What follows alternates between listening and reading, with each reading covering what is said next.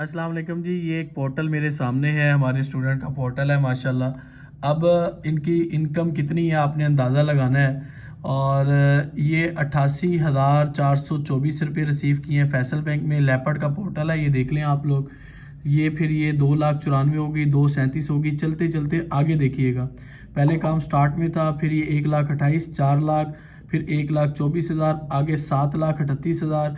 ये सारी वो पेमेंट्स हैं जो कि लेपर्ड से रिसीव की हैं। 6,69,000, 4,00,000, 4,00,000, मतलब ये लाखों में पेमेंट रिसीव की हैं। ये तकरीबन 42 पेमेंट्स आ चुकी हैं। अब इन्होंने जब माशाल्लाह काम स्टार्ट किया था, इसके बाद अपने भाई को भी काम स्टार्ट करवाया है।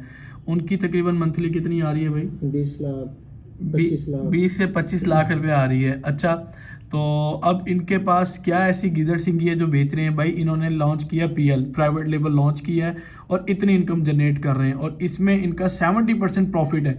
आप अगर बात करें, मैं क्योंकि इनकी प्रोडक्ट देख चुका हूँ, मेरे पास पैकेजिंग सैम्पलिंग आ चुकी है।